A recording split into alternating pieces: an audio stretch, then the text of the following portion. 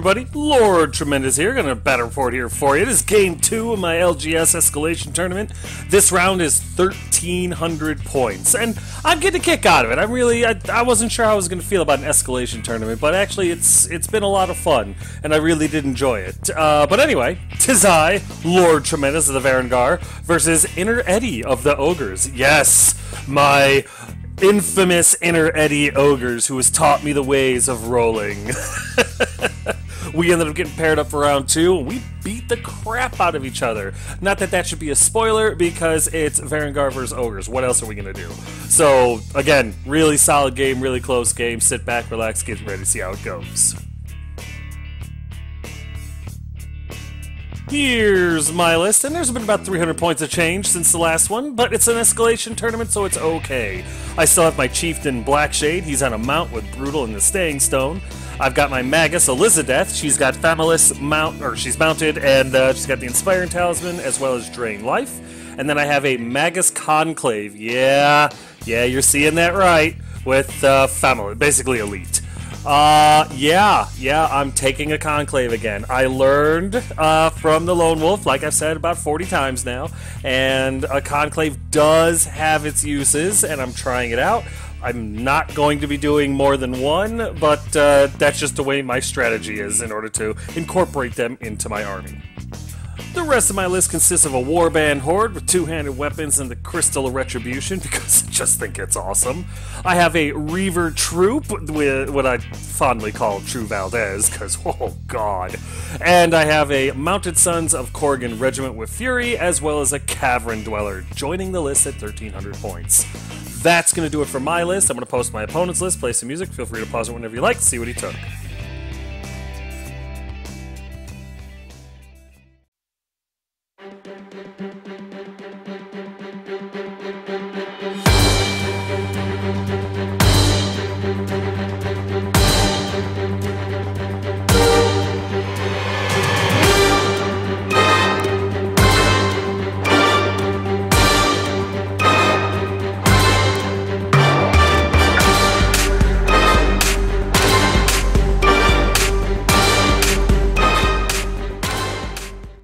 The scenario for this game is Invade, again, right out of the book. So basically, at the end of the game, add up the cost of all your units that are entirely inside your opponent's half of the table. That is your score. Your opponent does the same, and you compare scores, and you have to get over 10% to win, blah, blah, blah. You know it, you love it, it's Invade.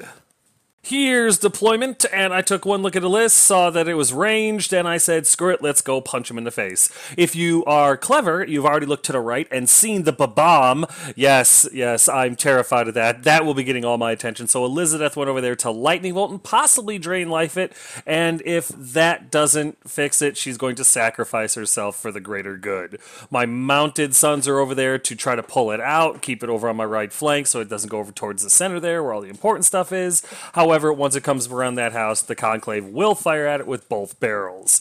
Everything else that I have is on the left side there. It's going to shoot forward. I'm going to try to get into his shooters as quick as I can, but I will be a target of opportunity kind of guy. Whatever pops up is what I'm going to shoot at, because it's just how I play. It's not smart, it's brutal. That's it for deployment. Here's top of one after movement. I got to go first. So I did. I fire everything forward with the exception of the Conclave, because there was really no reason. I think I moved him up a little bit, but not that much. Elizabeth stayed in the forest, came around, because she's just going to lightning bolt the bomb as best she can. Everything else shot forward, daring him to come forward. And that's really it for my movement. During the pansy phase, my Conclave opens up on his shooters, doing a couple of wounds. Not a big deal, but it was a target opportunity kind of situation. And the more wounds I put on him now, the better off my, my Chieftain will be when he charges into him next turn. Elizabeth is up next, and she fires her Lightning Bolt at the bomb, doing a single wound, which is better than nothing. I'll take what I can get. Believe it or not, the single wound that I did to that thing actually wavered it. So it can't move, which is huge. And he left his Inspiring far enough away that I just had to get lucky. And I did. So it didn't break or anything, but it's going to stay right there. And I'm okay with that. That's all I can do, so here's bottom one after movement, and my opponent kind of backs up. He doesn't come after me. His warriors on the right side there, they back up to be even with his shooters, and everything else pretty much stays still. With the exception of his two characters on the left flank there, they come shooting around trying to get some flank charges on me, or whatever they're going to do. But that's it for his movement. In his pansy phase, the little cavalry-looking red goblin bigot on a flea bag fires his bow or whatever he's got into my Cavern Dweller and is actually able to do 2 wounds, which I'm not happy about. And then all of his combined shooting goes into my warband, and he does 15 total wounds. That's between 2 shooters and his captain, which was murder. 15 wounds on that unit. Thank all the dark gods that they don't even waver, but holy crap was that close. That takes us over here to the top of 2 after movement, and again, I come forward. Elizabeth even goes forward a little bit. She's going to try to take out that bomb thing the best she can. My character, the Blackshade, he goes diving into the shooters, if only to stop them from shooting. The Warband and the Reavers shoot up as far as they can right up to the forest edge, daring something to charge me. The Conclave moves over so we can get a better shot at the bigot, because I don't want it shooting at me anymore. And my Cavern Dweller moves up, but he kind of angles in such a way that he can't get me in the flank, but he has to move around to get me in, everything else. He's in my front. So basically I'm putting a little bit of pressure on the Boomer Sergeant and the Red Goblin Bigot that's on my left flank. That is it for my movement. In the pansy phase, Elizabeth fires a second lightning bolt at the bomber and does a single wound to it. Consistency, it's the key to life. And then my Conclave fires off at the bigot, and I'm able to do like 4 wounds to the thing. Something ridiculous. And yeah, it figures, after all the trash talking that I've been doing about the Conclaves, it figures that they would really come through for me. I've reincorporated them into the list. So, yeah. Order of Crow, this guy. Makes these things even more awesome is that those 4 wounds routed the Goblin Bigot. It is gone, which is a huge relief because my left flank is almost secured now. We jump into combat, and Blackshade, unfortunately, even with Elite, yeah, he's hindered, but needed 4s. He only does a single wound to the shooters, which is enough to stop him from shooting for a turn. I think the total that they have on them is 4 now. With Brutal, maybe I'll get lucky. No luck. They are disordered, that's one thing, but they are fully functional next turn for the most part, and Blackshade's got his work cut out for him. Here's the bottom of 2 after movement, and my opponent has far from given up. His Boomer Sergeant cuts over to the left there, or comes down a little bit further to shoot at my Cavern Dweller. His bomb thing kind of hides behind the house a little bit. You can kind of see the corners sticking out there just to try to get it closer, so that if I do blow it up, he can do some damage. His warriors and I believe his shooters go into Blackshade, which spells his demise more or less. The other unit warriors back off so that the shooters can shoot at my warband with the captain, and that's it for his movement. Starting off his pansy phase, his Boomer Sergeant fires into my Cavern Dweller, bringing his total wounds up to 5. Not 14, just 5. And then the rest of his shooting goes back into the warband, and he shoots much worse this time, bringing my total up to 17, though. So, yeah, they're probably gone. Oh, the Dice Gods are not playing favorites, because he just rolled 5 on my Cavern Dweller, which is enough to waver my Cavern Dweller this turn. And the warband falls apart. They are routed, and I remove them from the table reluctantly. Sigh. We go into combat, and only his warriors went in. He doesn't get to double his attacks or anything like that, but it's still 18 attacks from warriors. He's only able to do 3 wounds to Blackshade, and that is very good. Blackshade's a chieftain for a reason. He survives this, no problem. The warriors back off an inch, and it's looking like the Mounted Sons are about to have one hell of a payday. With combat over, here's top of 3 after movement, and oh baby. So my Mounted Sons, as you can see, they go in. They slam into the flank of those guys, and yes, I'm going to be hindered. I do touch the forest, but those warriors are in a lot of trouble. It's 40 attacks. It's going to be glorious. My Magus Conclave moves back just a little bit. Elizabeth moves over to go after the bomb, and Blackshade goes back into the shooters because I really need them done. The Reavers move up just a little bit so they can be in range of his shooters, and that's it for my movement. Okay, so here comes the whole I told you so thing from everybody who said conclaves are great. So my single conclave fires at the bomb, does 5 wounds to it, and it does have cover. I can barely see it. I can see a chunk of it, but it's enough that he's got cover, and I'm still able to do 5 wounds. So yeah, conclaves definitely have a use. I still can't get my mind around having 330 points. Just isn't worth it. But yes, my conclave currently is kicking ass and taking names. 5 wounds onto the bomb thing. That's awesome. It explodes in the nerve check. I didn't bother. I think Elizabeth fired lightning bolt off at it, but missed or didn't do anything. And but the conclave was there, backed her up, and destroyed it. Its explosion didn't go out far enough to hurt anything, so I'm not going to bother with the explosion. Just know that it's dead. It did nothing, and now I feel slightly less bad about my warband soaking up and destroying with all those shots. Oh, my poor warband. We jump into combat. Blackshade starts us off, does 4 more wounds to the shooters, which is excellent. I think their total is around 10 now. That might be enough. It isn't. I'm wrong. I back off an inch, and, well, I get to see what the shooters do next turn. The Mounted Sons, with 40 attacks being hindered, -1 to Thunder's Charge and all that, are able to do 10 wounds to the Ogres. Not as good as I would have liked. I kind of rolled low. But 10 wounds is nothing to be upset about. I'll take it. The unit does not break, but it is wavered, which is huge. And I'll see them in hell next turn. That's all I could do, so here's bottom of 3 after movement, and he's still coming. His Boomer Sergeant runs around to get a drop on my Reavers, because, well, he's just going to be able to outmaneuver my Cavern Dweller. His Warriors come up to threaten the Reavers. The rest of his stuff just kind of spins around. His wavered Warriors, they just change facing to look at the Mounted Sun, so I don't get to double my attacks against them again. And that is really about it for movement. During his pansy phase, he opens up on the Mounted Sons with the shooters and is able to put 5 wounds through on them. My bad. And then we go into combat. His shooters did charge my chieftain, and they attack. They get him up to 10 wounds. Yeah. They might not be able to shoot, but they're still friggin' ogres, and they beat the crap out of Blackshade. Even with Inspiring, they knock him off the board, and that sucks. That sucks a lot. That's the end of his turn, though, which is pretty effective. So here's top of 4 after movement, and I keep on going. I send the Mounted Sons into the Warriors. I send the Reavers into the shooters that the Chieftain should have taken care of.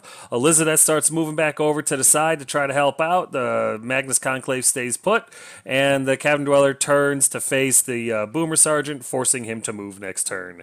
That's it for my movement. Nothing happens in the pansy phase at all. I flub spectacularly. So here's combat. And thank God the Mounted Sons have decided to actually try this turn. They do 11 more wounds to this unit, bringing the total up to 21. The unit routes. My Mounted Sons turn to face into the forest there. And then we go over to the Reavers combat. The Reavers are hindered, so they need 5s to hit. And only Thunder's Charge 1. But they still have Vicious. Unfortunately, it's not working out. I do 4 wounds to him. Which, I guess with 20 attacks needing 5s, it makes sense. I am just greedy and a little bit of a brat. I only waver the unit. I really needed that unit to break there, but they didn't, so I'm screwed. The unit wavers, I back off an inch, and my Reavers are dead. Oh well. Here's bottom of 4 after movement, and his Boomer Sergeant runs over to deal with my Magus Conclave. His Warriors back up because they can't really do anything right now. His Captain charges into my Reavers, and the shooters back off to probably try to take out my Cavern Dweller. That's it for movement. In his pansy phase, he fires with his shooters into my Cavern Dweller, and thank all that is lucky, I only get him up to 4 wounds. So I might be okay here. Might be. Then his Boomer Sergeant opens up on the Conclave, doing 5 wounds to them, even though they're individuals. Ugh! The results of which see my Conclave rout, which, they're low nerve, all things considered, so 5 wounds is a lot. Then we go into combat. His Captain is only able to do 3 wounds to my Reavers, but as good as True Valdez is, they're only a -14. This could be bad. I'm lucky. It works out. He backs off an inch, and maybe my Reavers can finish off the shooters next turn. That would be outstanding. I have hope! So, grabbing at straws, here's top of 5 after movement. My Reavers go after the Captain, my Mounted Sons go after the Shooters, my Cavern Dweller just kind of hangs out and waits to see where he can countercharge, Elizabeth moves up to try to deal with the Boomer Sergeant, and that's it for my movement. In the Pansy phase, Elizabeth moves up and fires a lightning bolt at the Boomer Sergeant, doing 3 wounds. One shy of 100%, but man, I'll take it. 3 is just about exactly what I needed. Yes, the resulting nerve check sees the Boomer Sergeant dead. Just a second too late in order to really secure my, or save my Conclave anyway, but you know what, I'll take it. Now I just got to deal with this in front of me. This is a good death. There's no shame in this. We jump into combat, and I start off with the Mounted Sons. They are hindered, but they're able to put 8 wounds through on that unit of shooters, which is basically dead already. God, I hope it's enough. It is, and all is right with the world once again. The shooters rout, and then I change facing with the Mounted Sons to look this direction, because now, even if the Reavers don't kill the Captain, anything that hits the Reavers is going to kill them, and then the Mounted Sons are going to eat their lunch. So it's looking good. In this combat over here, I think they put 5 wounds on the Captain in total. Not great, considering they aren't even hindered. They are disordered, so they don't have Thunder's Charge, but hitting on 4s and rerolling 1s, I would have assumed they would have done better than that. But 4 or 5 wounds is 4 or 5 wounds. You know, it might have only been 3. In any case, doesn't matter. It's not enough to so much as waver the stupid Captain. I back off an inch, and, well, the Reavers are going to catch it. Come on, True Valdez, I need you to do better than that. That brings us over here to bottom of 5 after movement, and I'm grabbing at straws, but so is he, so we're good there. And just as suspected, his warriors charge into the flank of my Reavers, and that's going to spell their demise. Everything else pretty much... Man, you know what? The Captain might have gone into, I don't remember. But, yeah, that's really it. The shooters don't go anywhere, and that's it for movement. In the shooting phase, his shooters fire at my Cavern Dweller and miss. If you can believe it, they all miss and are not able to wound, and he's perfectly fine, which is huge. That leads us into combat, and I gotta be honest, I didn't want to see this. His warriors beat my poor Reavers for 11 more wounds. I think the Captain's in on this, I can't remember. But they're at 14, they're at dash 14, so unless he rolls snakes, I'm SOL. I am SOL. His warriors turn to face the Cavern Dweller, and his chieftain kind of moves forward to get in the way of my Mounted Sons. I think he moved too far forward, though. I mean, it's not his choice. He has to roll a d6. But after seeing that, I'm thinking that my Mounted Sons can pivot and slam into the flank of his shooters, and that's going to be the end of them. So, we'll see. We'll see. It's unfortunate about the True Valdezes, though. They got slaughtered. That brings us to top of 6 after movement, and I keep going in. I was right. I was able to pivot my, Mounted Sons and hit the flank of his shooters, which is huge. I sent the Cavern Dweller into the warriors because something needs to. Elizabeth runs over to start lightning bolting the Captain, and everything else I have is dead, so that's it for movement. In the Pansy phase, Elizabeth fires off a lightning bolt at the Captain and does a couple of wounds to him. So maybe I can get rid of this Captain.